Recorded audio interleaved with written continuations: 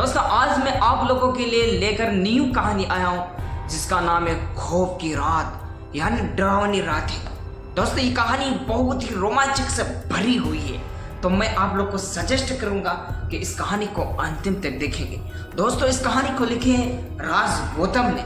तो दोस्तों ये कहानी बहुत ही मजा आने वाली है। तो दोस्तों कहानी में बहुत ही इंटरेस्टिंग आएगी। तो दोस्तों मैं उम्मीद करता हूँ कि आप लोग इस कहानी को लास्ट तक सुनेंगे और चैनल को सब्सक्राइब नहीं किए हैं तो सब्सक्राइब करके बेल आइकन ऑन कर देंगे और अपना प्यारा सा कमेंट कर देंगे कि आपको ये कहानी कैसी लगी, अच्छी लगी, खराब लगी, और लाइक करना मत भूलिएगा। तो दोस्तों चलिए इस डरावनी कहानी की दुनिया में खो जाते हैं।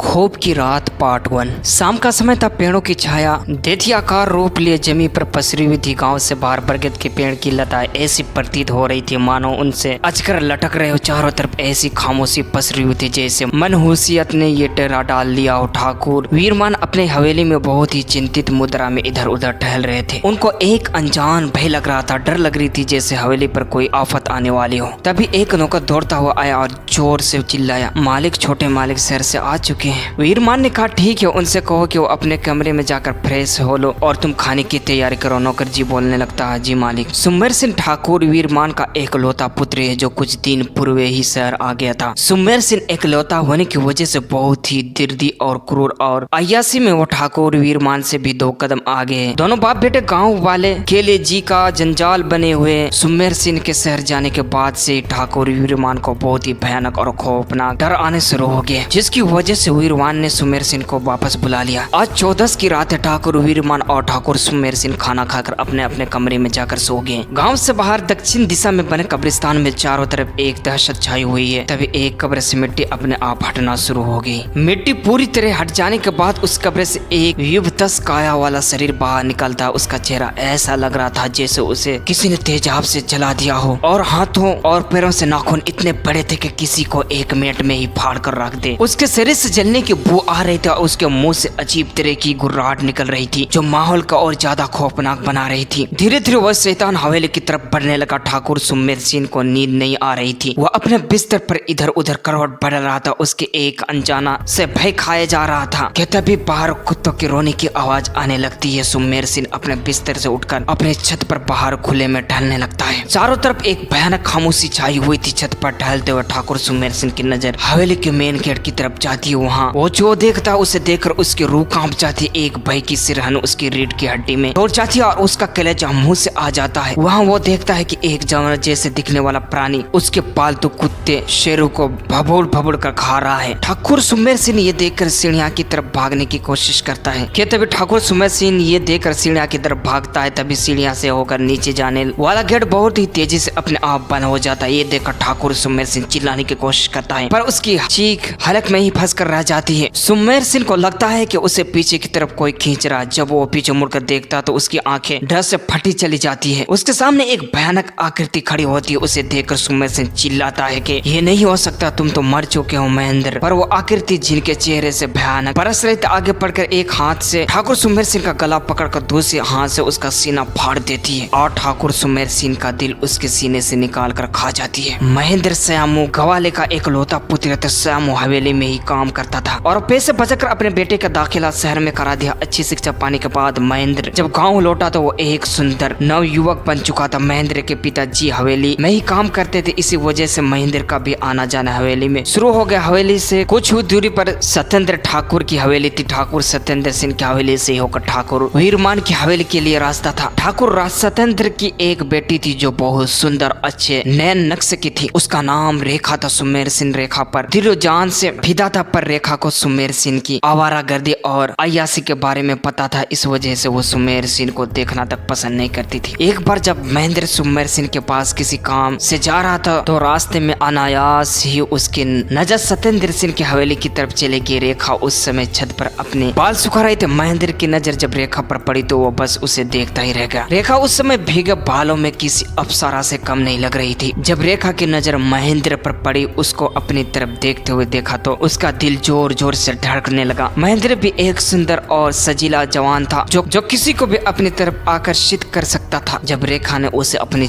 ओर देखते हुए देखा तो वो भी उस पर से अपनी नजर न हटा सकी। नजरें ही नजरों में बात हुई और नजरों से एक दूसरे से अपने दिल का हाल बयां कर दिया। महेंद्र को जब होश आया तो वो सुमेर सिंह की हवेली के लिए चल दिया, पर उसका दिल रेखा के पास ही रह गया। उस रात महेंद्र पूरी रात रेखा के ही बारे में सोचता रहा। उधर रेखा भी महेंद्र के बारे में सोच कर सो न सकी। दूसरे दिन महेंद्र पहले दिन के समय पर ही वहाँ पहुँच गया। रेखा अभी छत पर नहीं आई थी तो महेंद्र से रुका नहीं गया और वो हवेली के पीछे जाकर एक पाइप के सहारे छत पर चढ़ गया। अभी वो छत पर पहुंचा ही था कि सीढ़ियां से किसी के ऊपर आने की आवाज उसके कानों में पड़ी। महेंद्र जल्दी से छत पर फैली हुई फुलवारी को बॉल के आड़ में जा छिपा। वहां से उसने अपनी नजर सीढ़ियां के ऊपर आने वाले दरवाजा पर जमा दी। ये रेखा ही थी जो कल की तरह नहाकर अपने बाल सुखाने छत पर आई थी, पर उसकी नजर आज हवेली के बाहर वाले रास्ते पर किसी को खोज रही थी। जिसे उसकी नजर खोज रही थी उसे वहां ना पाकर उसका चेहरा उदास हो गया और वो नीचे की तरफ चल दी। पर तभी बॉल के पीछे से महेंद्र निकलकर उसके सामने आ गया और आते ही कहा, जिसे तुम वहाँ देख रही हो वो तो यहाँ है। महेंद्र की यूं अचानक अपने सामने देखकर रेखा का दिल दो गुनी तेजी से धड़कने लगा। उसने जल्दी से भागकर ऊपर की तरफ आने वाले गेट को बंद किया और महेंद्र का कंधा पकड़कर उसे वहीं ले गई जहाँ महेंद्र छिपा था। वहाँ ले जाकर उसने महेंद्र से पूछा कि तुम यहाँ क्यों आए हो। महेंद्र ने बात को घुमाना ठीक न समझा और उसने सीधे सीधे रेखा से कह दिया कि तुम्हारे लिए आया हूँ, मैं तुमसे प्यार करता हूँ। रेखा ने उसकी बात उत्तर न देकर उससे कहा कि मैं अभी कोई बात नहीं करना चाहती हूँ। तुमको अगर यहाँ किसी ने देख लिया तो ये हम दोनों के लिए अच्छा नहीं होगा, इसीलिए तुम यहाँ से अभी चले जाओ और आज रात को 9 बजे गांव के बाहर बरगद के पेड़ के नीचे मिलना। वहीं जो कहना है कह लेना। इतना सुनकर महेंद्र जहाँ से आया था वहीं होकर चला गया और रात होने की बड़ी बेसब्री से इंतजार करने लगा कि कब रात होगी। महेंद्र क्या रात को उस बरगद के पेड़ के पास जाएगा? दोस्तों, महेंद्र के साथ आगे क्या होगा? क्या वाकई में वो लड़की कोई आत्मा है या कोई इंसान है? आप कमेंट करके बताएं कि क्या वो आत्मा हो सकती है या नहीं। और नेक्स्ट पार्ट देखने के लिए कमेंट में पार्ट 2 लिखें।